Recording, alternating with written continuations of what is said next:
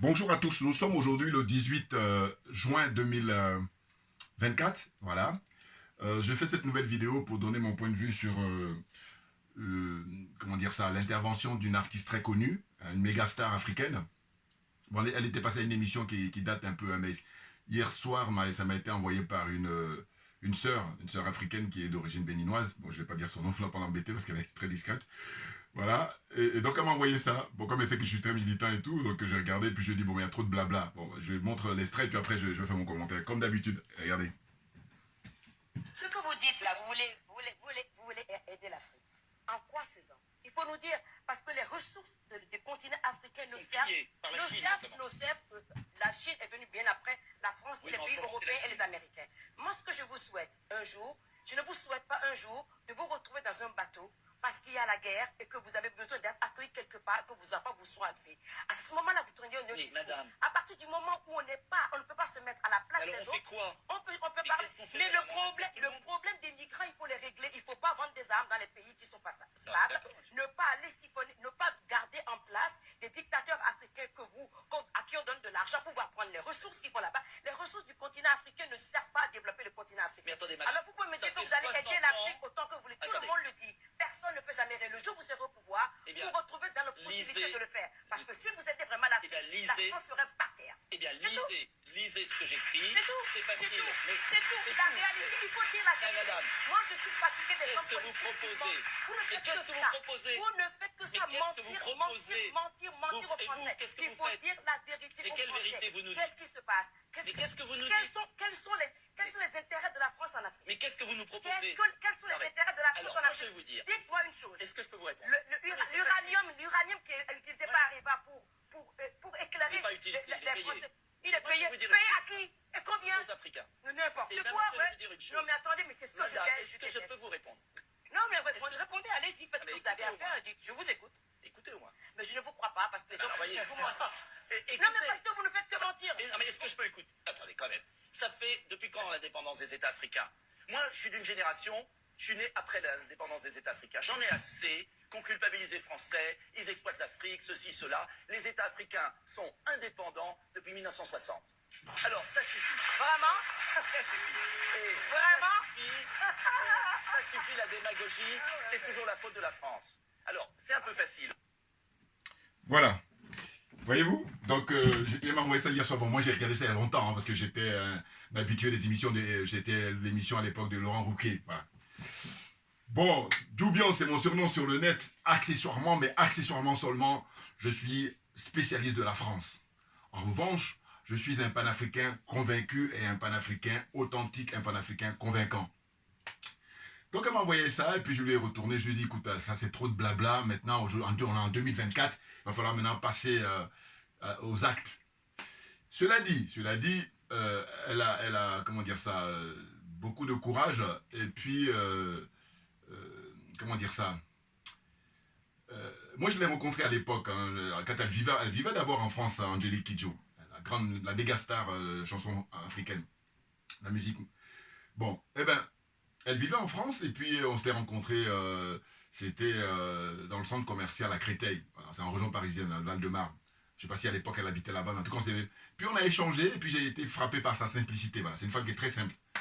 Je parle de l'époque, hein, je ne sais pas aujourd'hui ce que ça donne, mais bon. Mention très bien pour ses tenues, hein, tenues africaines, elle, depuis fort longtemps. Mais moi, aujourd'hui, en 2024, quand je regarde ça maintenant, je dis, bon voilà. Là, quand elle est confrontée comme ça à Nicolas Dupont-Aignan, Nicolas Dupont-Aignan, c'est un parlementaire français, un député français qui se veut souverainiste. Bon. Mais tous ces gens-là, ce sont eux justement qui ne disent pas la vérité aux Français. C'est ça là où le bas blesse. Et comme les Français ne sont pas, pour la plupart, comment dire ça, avec une conscience politique, c'est pour ça qu'ils se retrouvent avec cette classe politique-là qui la méprise. Enfin, qui les méprise. Hein. Ils méprisent les Français, la classe politique française. Et je vous dis, rares sont ceux qui sont honnêtes avec les Français. La plupart, c'est des gens qui viennent là pour le matériel, pour le confort. Hein. Voiture de fonction, qu'est-ce qu'il y a encore? Maison, voilà, le confort. Mais sinon, dire que réellement ils se soucient du problème des Français, combien sont prêts à diminuer leur salaire comme l'a fait le capitaine Ibrahim Traoré au Burkina Faso, par exemple. Bon, combien? Les hommes politiques français, là. Bon. J'ai tellement d'exemples à donner, mais là, je prends juste cet exemple-là. C'est pour dire que non, en réalité, quand ils viennent là, c'est plus le matériel. Maintenant, quand je vais donner l'exemple, toujours pour rester dans la politique française, Il y a quelqu'un comme François Asselineau, je ne cesserai de le dire, parce que je dis c'est l'homme politique français pour moi, sur les 10-15 dernières années, qui sauve l'honneur de la classe politique française. Je répète, ce monsieur sauve l'honneur de la classe politique française. Et donc lui, regardez son parcours, comment on appelle, major de la promotion à l'ENA, il a fait Sciences Po, non, il a fait les hautes études commerciales, voilà. Hein? Donc les deux écoles, grandes écoles, là, il les a faites. Et puis sorti brillant. Bon. Et il explique quoi dans ces interviews? Moi, j'ai écouté ça et ça m'intéresse. Il dit, mais moi, les gens de ma promotion, hein, alors que moi, je suis arrivé, quand on est major, donc on a des très très bonnes notes, on arrive en tête. Et bien, il y a des gens qui sont même en dessous, mais aujourd'hui, au niveau matériel, ils sont bien équipés, c'est-à-dire qu'ils sont directeurs des grandes banques, ils sont directeurs des grandes sociétés, donc ils se ramassent quelque chose de 200 à 300 000 euros par mois, tranquille. Donc, en gros, quand il dit ça, il dit, mais j'aurais pu faire ça. Mais j'ai décidé de servir mon pays hein, par le biais de l'intérêt général en faisant de la politique. Voilà. Donc ce monsieur-là, moi ça m'intéresse. Et non pas les autres là qui sont là. Et d'ailleurs, Dupont-Aignan, à l'époque, j'avais appris que lui, c'est un agent américain. Voilà. Donc il faut dire que les Américains, ils ont infiltré la société française, ben, je ne sais pas à quelle époque. Sans doute après la Seconde Guerre. Peut-être avant, mais en tout cas, après la Seconde Guerre, là, c'était open bar. Voilà. Et ils ont eu le temps de s'implanter parce qu'il y avait plein de bases militaires françaises ici, un peu comme les bases militaires françaises en Afrique actuellement. Voilà, d'une certaine façon. Mais en tout cas, il y avait beaucoup plus de bases militaires françaises, bases militaires américaines en France. Voilà. Et c'est ainsi que le général de Gaulle, après la guerre, leur a demandé de plier bagages. Et eux, comme ils sont des gens voilà, qui ne veulent pas rester à un endroit où on ne veut plus d'eux, ben, mais ils ont plié bagages. Tandis que la France, on leur demande le même exercice pour l'Afrique, ils ne veulent pas. On les sort par la porte, ils cherchent à rentrer par la fenêtre. C'est impressionnant. Hein? Et que j'allais te corrompre là-bas les dirigeants. Et donc, Nicolas Dupont-Aignan, lui, quand il dit oui, le discours qu'il tient, ça, c'est le discours de toute l'élite française. Hein? Enfin, toute l'élite. En tout cas, à 98-99%. Quand ils font ça pour, justement, flatter l'ego des Français. En disant, voilà, les pays africains sont indépendants, et puis, donc, il faut arrêter de nous accuser, machin. Mais indépendants de quoi? Pourquoi, alors, les bases militaires françaises sont en Afrique, là-bas? L'Afrique en général, mais surtout au Sénégal, en Côte d'Ivoire, au Gabon, qui j'oublie encore, au Tchad, qui j'oublie encore. Hein? Allez-y sur Internet, vous tapez, vous allez voir. Hein? Et en Côte d'Ivoire, alors là, c'est numéro 1. Après vient le Tchad, et ainsi de suite. Au point de vue logistique. Voyez-vous, et qu'est-ce qui joue ce rôle, le rôle de l'armée française? Mais je dis simplement, moi, de par ma définition, les bases militaires françaises, enfin, les bases militaires françaises, américaines, toutes les bases militaires étrangères qui sont en Afrique, ces bases militaires, y compris la France, ces bases militaires, elles sont là, hein, simplement pour prendre en otage, simplement. En tout cas, voilà, façon de parler. Mais en tous les cas, hein, moi, ma définition, j'ai dit, le rôle que jouent ces bases militaires, c'est de prendre en otage le peuple africain. Je ne vais pas cesser de le dire. Et je dis, des frères très connus, il faut dire ça. Ils prennent en, parce que l'expression est très importante, les gars. Hein, prennent en otage le peuple africain. Très clairement, c'est tout. Premier point. Deuxième point, le système du franc CFA. Le franc CFA permet à, comment on appelle ça, la France d'avoir un niveau de vie élevé, tranquillement. Et donc tout est fait pour que le franc CFA, même les Français, beaucoup ne savent même pas le mécanisme, mais il est tabou. Même au sein même de la classe dirigeante, au sein de l'élite, beaucoup ne savent pas, mais c'est parce que c'est tabou. C'est le totem. Voilà. En Afrique, on dit totem, tu peux manger ton totem. Enfin, comprenne qui veut, comprenne qui peut, là encore. Ça me fatigue, les gens qui... Bon, excusez-moi, hein. Ceux qui sont honnêtes, je vous dis encore, total respect. Mais ceux qui sont malhonnêtes, ça me fatigue parce que je dis. On me dirait que c'est la loi du jambon. Donc, en fait, là, à cette émission-là, je vous dis qui date, hein, mais c'est intéressant quand même d'en parler. C'est l'idée que là, on est en 2024. Ce qui serait intéressant, moi je dis là aussi, c'est toujours par manque de moyens. Sinon, prendre micro, caméra, on va maintenant interroger Nicolas Dupont-Aignan. Que pensez-vous là de votre intervention, votre prestation là, à cette émission-là? Aujourd'hui, en 2024, dites-nous. Angélique Kidjo, à New York, elle vit à New York. Bon, hein, qu'est-ce que vous en pensez? Donc, selon moi, pour que Angélique Kidjo soit beaucoup plus redoutée, parce que là, quand elle gueule comme ça, là, enfin, elle s'exprime, elle vide son sac, et puis elle le dit, et sincèrement, elle est sincère, ça, il n'y a pas de doute, aucun doute là-dessus. Mais moi, ce que je dis, en tant que, justement, accessoirement spécialiste de la France, eh oui, bouilla, bouilla, bouilla, et voilà, les jaloux vont maigrir. En fait, j'ai dit quoi? J'ai dit, mais, quand elle parle comme ça, c'est très touchant, évidemment. Mais là, les connaissant, voilà comment ils ont comme réaction chez eux, ou ceux qui sont sur le plateau. Hein. Oui, les Africains, c'est l'émotion. Toujours, et là, ils font une fuite en avant. Mais moi, dans mon petit niveau, hein, je vous dis, dans la réflexion, j'ai dit, mais limite quand ils disent ça aujourd'hui, prenez ça pour, comment on appelle ça? Prenez ça pour, c'est quelque chose de bien. Voilà. Hein? C'est flatteur. Parce que l'émotion, en réalité, ça montre que je suis un être humain. Et que ceux qui n'ont pas d'émotion, alors qu'en réalité, c'est de la démagogie, c'est de la prise d'otage. Ils te perturbent au maximum. Hein, ces prétendus intellectuels, aussi bien africains que, comment dire, français, là. Oui, oui, oui. Prétendus, je dis bien. Parce qu'en réalité, moi j'ai beaucoup réfléchi à la question, parce que je dis très souvent, quand ils parlent des Africains, l'émotion, mais parce que c'est l'être humain qui a l'émotion, même l'animal a l'émotion. C'est vous dire. Alors que eux, là, qui justement dénoncent ça, mais attendez, excusez-moi, vous êtes des machines. Non, en réalité, vous êtes ce que j'appelle moi, justement, dans ma définition, je dis vous avez juste l'apparence, mais réellement l'apparence d'être humain, mais vous n'êtes pas des êtres humains. Puisque tout ce qui brille n'est pas de l'or. Quand on parle de l'or, les gens comprennent. Alors quand on parle d'être humain, ils sont pas d'accord. Alors que c'est pareil. C'est pareil. Parce que je dis, quand tu dis que tu es un être humain, c'est de la théorie. Dans la pratique, ça donne quoi? Dans la pratique, comment tu te comportes vis-à-vis de notre être humain? Question, question. Voyez-vous? Donc je dis, quand elle s'exprime comme ça, c'est bien. Mais simplement, moi je vais plus loin maintenant. Parce qu'à un moment donné, il faut changer de vitesse. Ah ben, il faut savoir ce qu'on veut. Hein. Moi je sais ce que je veux. Et puis, justement, ceux qui ont la même famille de pensée que moi. Voilà. Hein, qui ont le même paradigme que moi. C'est de dire que à un moment donné, comme je dis toujours, on a du recul, mais on n'a plus de temps à perdre. Bam, bam, bam. Qu'est-ce que je demande maintenant à ces méga stars? Parce que elle, au niveau palmarès, elle a remporté aux États-Unis plein de victoires, les awards là, pour la musique. Plein. Je crois que c'est l'artiste africaine qui a le plus, qui a gagné le plus. Voilà. Hein? Qui a été récompensé le plus. Angélique Kidjo, d'origine béninoise. Donc je dis, ben, aujourd'hui en 2024, ce que j'ai envie de lui dire, c'est qu'Angélique Kidjo mais va chanter, comment dire ça, au Mali. Ah ben bien entendu. Va chanter, comment dire ça, au Burkina Faso. Hein? Et puis va chanter au Niger. Juste les 3 pays là. Voilà. Toi, et puis tous ceux qui sont les grandes stars africaines là. Hein? Alpha Blondy, Tiken Jah Fakoly, hein? Koffi Olomide, toutes les grandes stars africaines là. Allez-y chanter au Mali, allez-y chanter. Maintenant là, maintenant. Pourquoi vous ne le faites pas? Pourquoi vous ne le faites pas? Et là, l'histoire éteindra que vous êtes dans la connivence, vous êtes dans la lâcheté. Bien entendu. Non, parce que c'est trop facile de s'asseoir sur un plateau et puis gueuler. Non, à un moment donné, on passe à notre vitesse. C'est marrant parce que pour ces gens-là, dans la vie de tous les jours, pour la plupart, ils ont des voitures. Même s'ils se font conduire, ça arrive même qu'ils disent au chauffeur, vas-y, accélère, parce qu'ils sont pressés. Bon.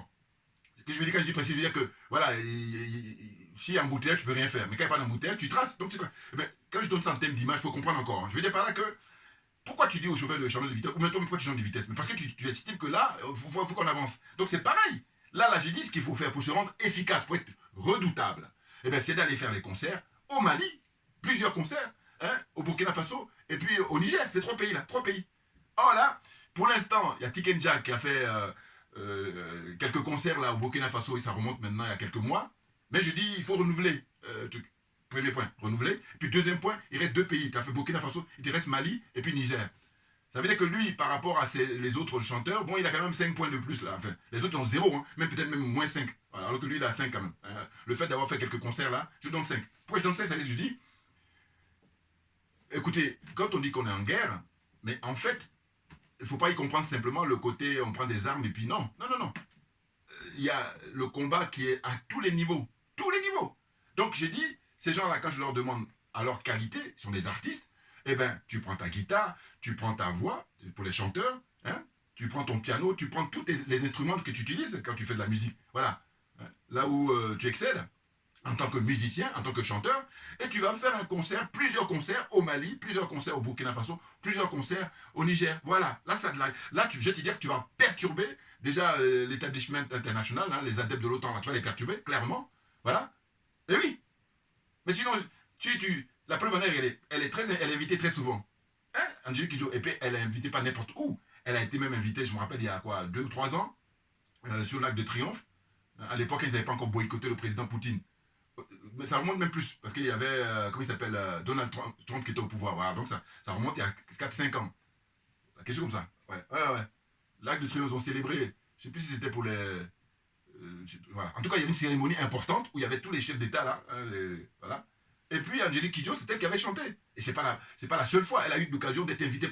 Donc en gros, ce que je veux dire, c'est quoi? C'est que, en fait, dès lors qu'elle va aller faire les concerts au Mali, au Burkina et au Niger, c'est là où on verra l'heure de vérité. Et c'est en ce moment-là que ça va plus rigoler. Et là, c'est là où moi, ça va m'intéresser maintenant. Bien entendu. Sinon, là, on revient 15-20 ans en arrière, je veux bien. Mais pas maintenant. Maintenant, c'est terminé. Voilà. C'est terminé. Et ils font rien. Alors qu'ils sont au courant, mais sauf qu'ils n'ont pas le courage. Voilà. Maintenant, je dis, bon, si vous n'avez pas le courage, mais donnez-les, parce que vous avez beaucoup d'argent, vous, hein, avec vos royalties, là. Vous aidez les frères, là, panafricains, hein, parce que les autres en face, c'est ce qu'ils font, hein. T'as pas besoin forcément de faire la publicité, mais donne réellement. Parce qu'il y a d'autres qui vont me dire, oui, mais qu'est-ce que t'en sais? J'en sais de quoi? Ça se saurait. Je me rappelle le frère Kémy. Kémy, à l'époque, quand il était interviewé, il disait très souvent, c'était Nicolas Anelka qui était un des premiers footballeurs à lui donner de l'argent pour l'aider, quand il commençait. Ça remonte il y a, comment dire ça, 15 ans maintenant facilement, quelque chose comme ça. Reprenez les interviews, il le disait.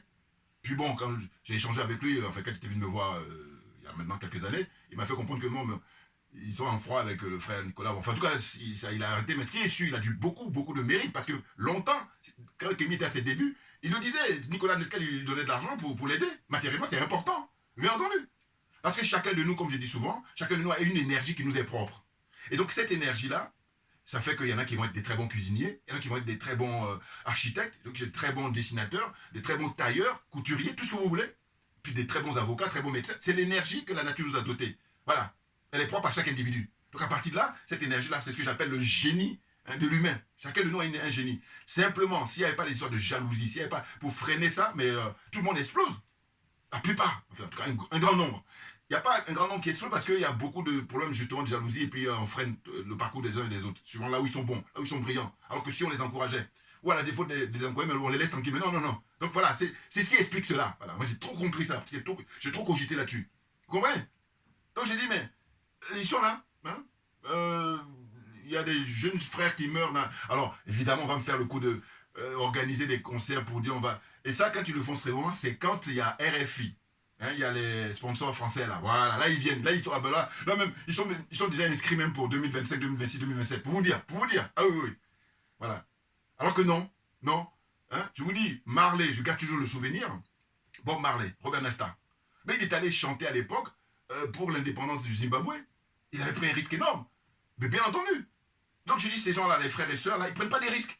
Ils sont dans le confort, ils se sont embourgeoisés, alors que très souvent, si vous regardez le parcours des uns et des autres, la plupart, 99%, ils viennent de tout pauvres, familles pauvres.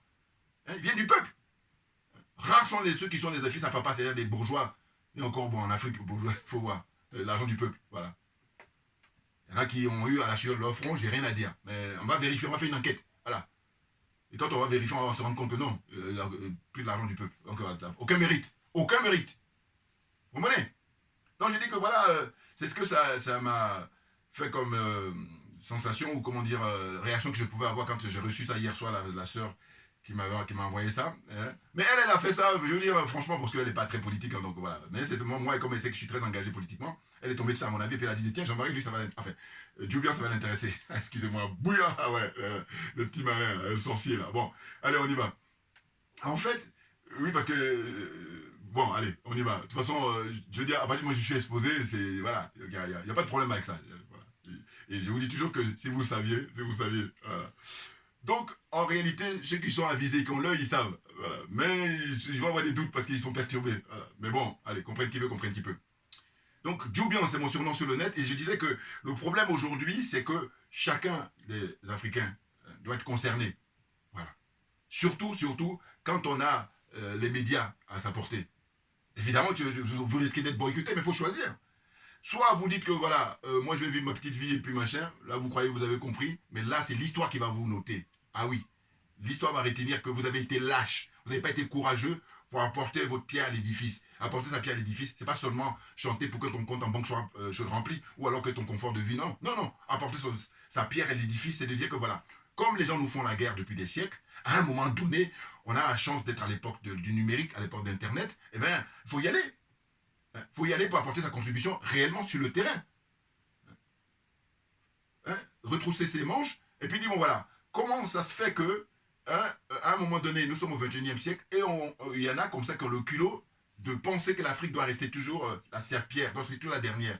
Et le culot comme ça, quand vous écoutez Nicolas Dupont-Aignan, et d'ailleurs, il était dans les députés, là, vous savez, il y avait une commission parlementaire qui a eu lieu à l'Assemblée nationale là, il n'y a pas longtemps, où le frère Zebelenga, hein, l'économiste et l'historien, il a été très brillant, mention très bien.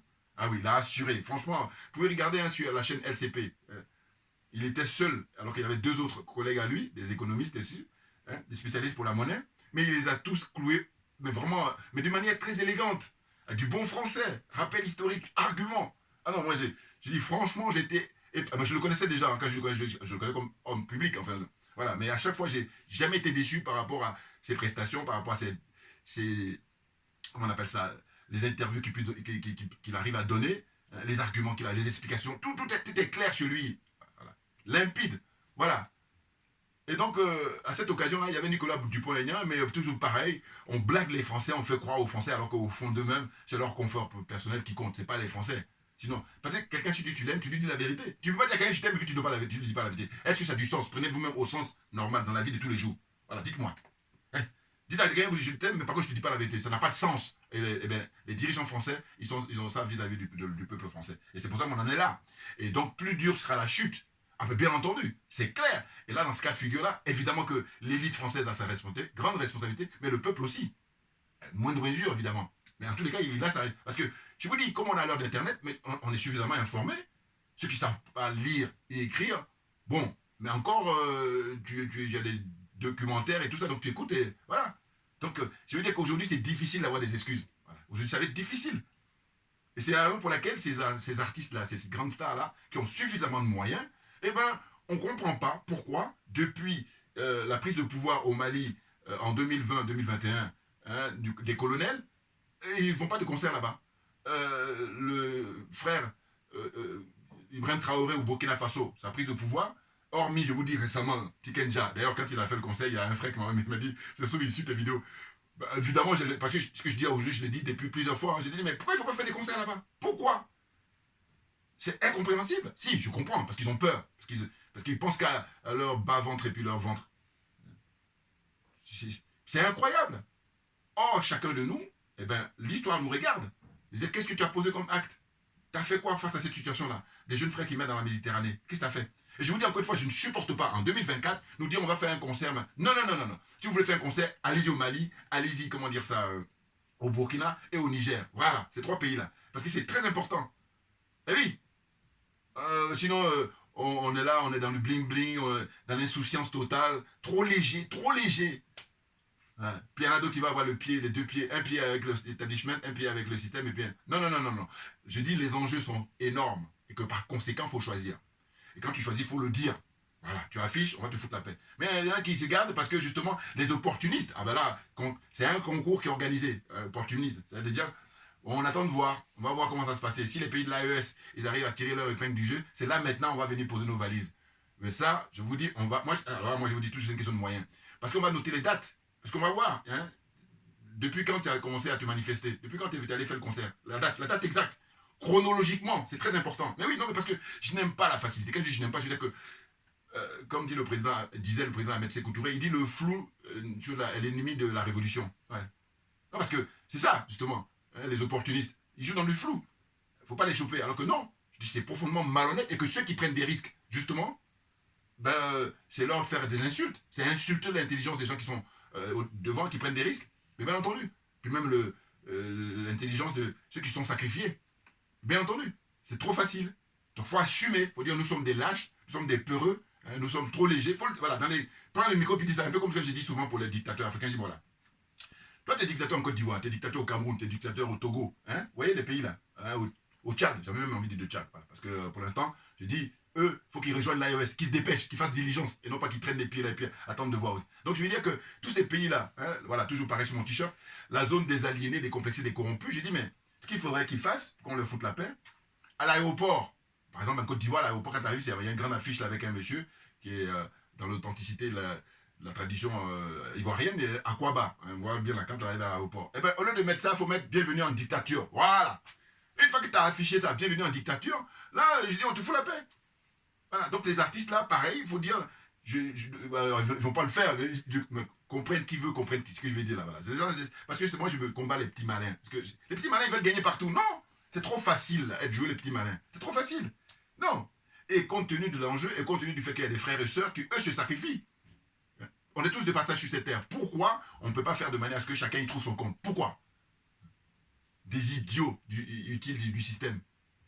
Quoi qu'ils ont compris alors qu'ils n'ont rien compris du tout. Et il dit quoi, Nicolas Dupont-Aignan? Il dit voilà, l'uranium du Niger, on le paye. Mais elle semble même être une experte, une spécialiste. Elle dit, mais paye à combien? Parce que voilà, aujourd'hui, tout le monde sait qu'en fait, la France, les matières premières en Afrique, la France s'est toujours servie gratos. L'uranium, là, même d'ailleurs, l'actualité, c'est intéressant parce que le général Tchiani, eh ben là, il a mis fin là, hein, à l'exploitation du Niger par Orano, hein, anciennement Areva, hein, la société qui exploite le Niger depuis des années, depuis des décennies, hein, l'uranium au Niger, qui prend gratuitement. Voilà. Il a dit non, terminé. Ça prend fin là, en 2024. Voilà. J'ai vu, il n'y a pas longtemps, un article d'un mec là, qui a écrit un papier qui a dit oui, le panafricanisme a ses limites. Parce que qu'est-ce qu'il expliquait? Il expliquait que oui, en fait, on a appris que le pétrole brut qui a été acheté par les Chinois et qui passe par les jeux de la Cotonou, eh ben, va transiter, il va être exploité ici en France. Et donc lui, dans son article, quand j'ai lu, je dis, les mecs pour perturber les gens, pour manipuler les gens. En réalité, ce sont les Chinois qui ont mis ça en place, mais de manière provisoire. La preuve, voilà, là, le général Tchiani, il a fermé les vannes, là. Voilà. Pourquoi? Parce que Patrice Talon, là aussi, il faudrait vérifier. Parce qu'il y a un frère qui a fait une vidéo pour dire quoi? Pour dire qu'en fait, Talon, quand il arrête les 5 techniciens du Niger, là, mais c'est parce que eux, c'est leur boulot, ils sont venus vérifier si les installations, tout ça est conforme. Donc c'est un prétexte l'arrestation. Et puis surtout, après coup, on a appris qu'il y avait un deal entre le Bénin, hein, Talon et puis les Chinois, et puis la quantité, il récupère lui aussi. Vous vous rendez compte? Et j'ai dit si ça se confirme. Voilà. Déjà, j'ai dit que la messe est dite, mais là, quand on dit l'expression circonstance aggravante, mais il faut mettre encore plus, il faut trouver encore plus fort. Oui, oui, oui. Vous vous rendez compte? Et quand je dis que voyou, mais même là encore le mot est léger, trouvez un mot plus fort. Non, mais parce que, vous vous rendez compte? Est-ce que vous vous rendez compte? Et puis des gens comme ça qui donnent des leçons. Des gens comme ça qui ont le culot de vouloir briguer des postes aussi importants que d'être président de tous les Béninois, ou président de tous les Ivoiriens, ou président de tous les Camerounais. Vous vous rendez compte? L'escroquerie historique de ces gens-là. Et les dégâts. Mais bien entendu. Donc moi, quand je mesure ça, c'est pour ça que, un peu comme, je vous dis, je répète encore le frère qui m'avait dit récemment, il m'a dit, est-ce que tu as besoin d'être ordurier? Mais j'ai dit, mais parle du bon français, c'est bien, c'est très bien. Sauf que moi, comme je dis, ma religion c'est la vérité et la justice, tu ne pourras pas tenir. Pourquoi? Parce que je dis, bon, compare-moi là, les propos que je tiens, et puis ce que ces dictateurs la font subir, hein, au peuple. Dis-moi, est-ce que c'est comparable? Donc ferme-la, assieds-toi et la ferme, mais définitivement. Parce que, alors c'est vrai que si tu es partisan de Patrice Talon, si tu es partisan, là je comprends. Mais dis-le moi avant, voilà. Tu me le dis avant, je vous dis, tous ceux qui vont me faire des commentaires, qui marquent, pour qu'ils soutiennent, là je garde. Mais ceux qui ne marquent pas, je efface. Dès que je finis de lire, je efface. Je supprime, tout de suite. Je n'ai pas le temps. Venir polluer, là, comment on appelle ça, ma chaîne. Ça ne m'intéresse pas. Voilà. Pourquoi vous vous cachez? Déjà, à défaut de voir votre visage, mais au moins, tu as juste à dire, bon, moi là, je suis militant hein, de la France-Afrique. Moi, je suis militant hein, du Tchad, dictateur qui est au Tchad, et puis qui est au Togo, et puis voilà, marque ça. Moi, j'insiste là-dessus, c'est très important. Moi, je dis, mais moi, regardez là, vous me voyez. Depuis toujours. Alors que j'aurais pu hein, me cacher derrière mon affiche, et puis je parle. Voilà. Et je vous dis, c'est ceux qui sont vraiment très très pointus, et encore, qui verront à peu près là au niveau de la voix. Mais sinon, voilà. Donc le fait de se montrer, hein, vous, en retour, on vous demande simplement de dire pour qui. Oh là, évidemment que les trolls, s'ils font ça, ils sont plus trolls. La définition même du troll, c'est justement rester caché, et puis taper les gens, et puis... moi, comme j'ai tellement compris ça maintenant, hein, ça fait maintenant 1 an ou 2 ans que j'ai compris, c'est fini. Pour là, je ne vais plus perdre mon temps. Voilà. Des nazes. Bon, donc pour poursuivre, c'est pour dire que, en fait, là, on ne peut pas cesser hein, de féliciter, d'encourager hein, les colonels au Mali, évidemment, évidemment, le général Tchiani au Niger, et puis évidemment aussi hein, le capitaine Ibrahim Traoré au Burkina Faso. Parce que ce sont ceux-là qui sont pour moi des hommes providentiels pour l'Afrique. Ah oui, oui, oui, oui. Au XXIe siècle, ce sont les héritiers, justement, de nos pères dévanciers qui ont été assassinés par le système impérialiste, le système colonialiste et le système de la France-Afrique. Hein. Les Patrice Lumumba, les Kwame Nkrumah, hein, les Modibo Keïta. Hein. Même ceux qui, plus ou moins, hein, n'ont pas été flingués directement, je pense à Cheikh Anta Diop. Hein. Président Ahmed Sékou Touré. Ça a été fait indirect. Ah, ils comprennent qui veut, comprennent qui peut. Hein. Donc tous ces gens-là qui ont été éliminés, écartés, hein, par les impérialistes, les colonialistes et les adeptes de l'OTAN, ben je dis, mais là, aujourd'hui au Mali, aujourd'hui au Burkina Faso et aujourd'hui au Niger, on a leurs vrais représentants, authentiques représentants, leurs héritiers, bien entendu. Donc ils ont besoin de notre soutien indéfectible, à tout instant, à toute heure. Et puis donc, vous voyez, moi là, je dis à mon petit niveau, je fais mes vidéos comme ça pour éveiller les consciences des frères qui ne sont pas suffisamment au courant. Et je dis, je me définis comme étant instituteur. Voilà, je dis, je ne suis pas professeur. Non, parce que je dis, le prof, comme les élèves de un certain niveau, ils perdent ton temps. Moi, je ne prends pas qu'on perde mon temps, je suis un stick. Parce que quand tu es à l'école primaire, tu la ramènes moins. Voilà, c'est ça. Comprenne qui veut, comprenne qui peut. Voilà, c'est clair pour moi. Donc, oui. Donc là, c'est hyper intéressant le tournant dans lequel on est. Et on est très motivé. Vous voyez bien que là, j'enchaîne vidéo. Parce que comme j'ai dit, ça y est, là, je commence à caler là, pour ma disponibilité. Ce qui fait que, au niveau du boulot, c'est pas encore fini là, la bataille, évidemment. Mais en tous les cas, ça y est, au niveau de disponibilité, j'allais avoir un peu plus de temps. Donc, je vais pouvoir faire des vidéos comme ça, au minimum, une vidéo par jour. Au minimum, si ce n'est pas plus. Voilà. Donner mon point de vue à chaque fois sur les sujets qui nous intéressent. Le combat, mais il est très noble. Regardez pour les générations à venir.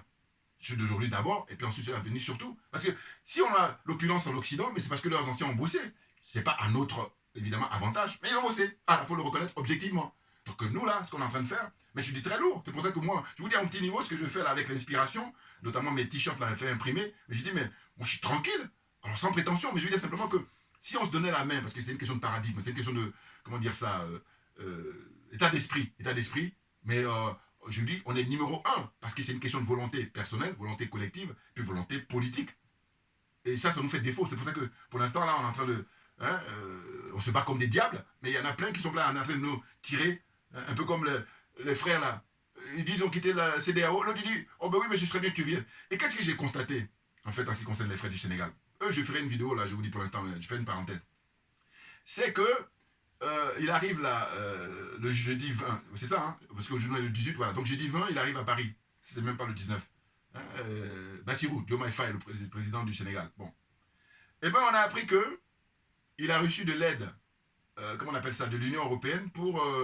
je dis, mais si ça c'est vérifié, mais ça dépasse l'entendement. Quand on sait que Ousmane Sonko a écrit des bouquins pour dire que voilà, on va être panafricain, on va défendre l'Afrique et puis on va faire de manière à ce que nous ayons notre indépendance, notre souveraineté.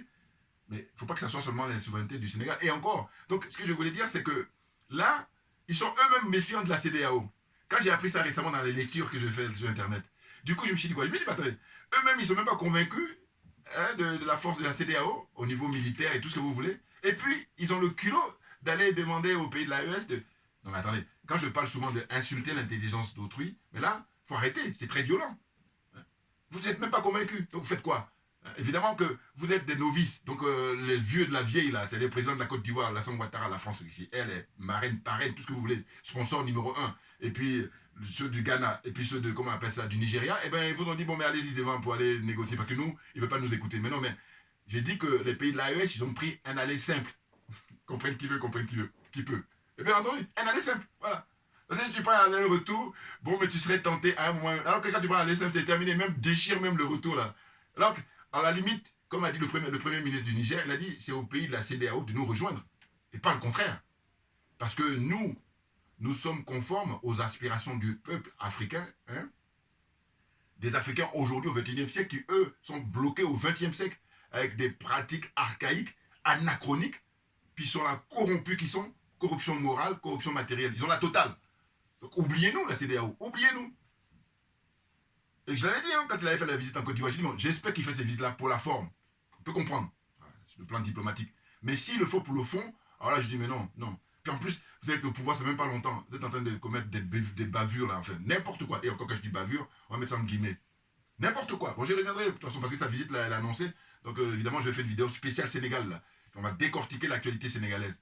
C'est-à-dire, depuis qu'ils sont en place, ça fait maintenant, quoi, avril, donc 3 mois. Hein, et ça donne quoi sur le plan de politique intérieure. Et puis là, politique intérieure, je pense que, bon, ils sont mieux que Macky Sall. Mais par contre, la politique étrangère, je dis, mais ils ont été très loin que même Macky Sall.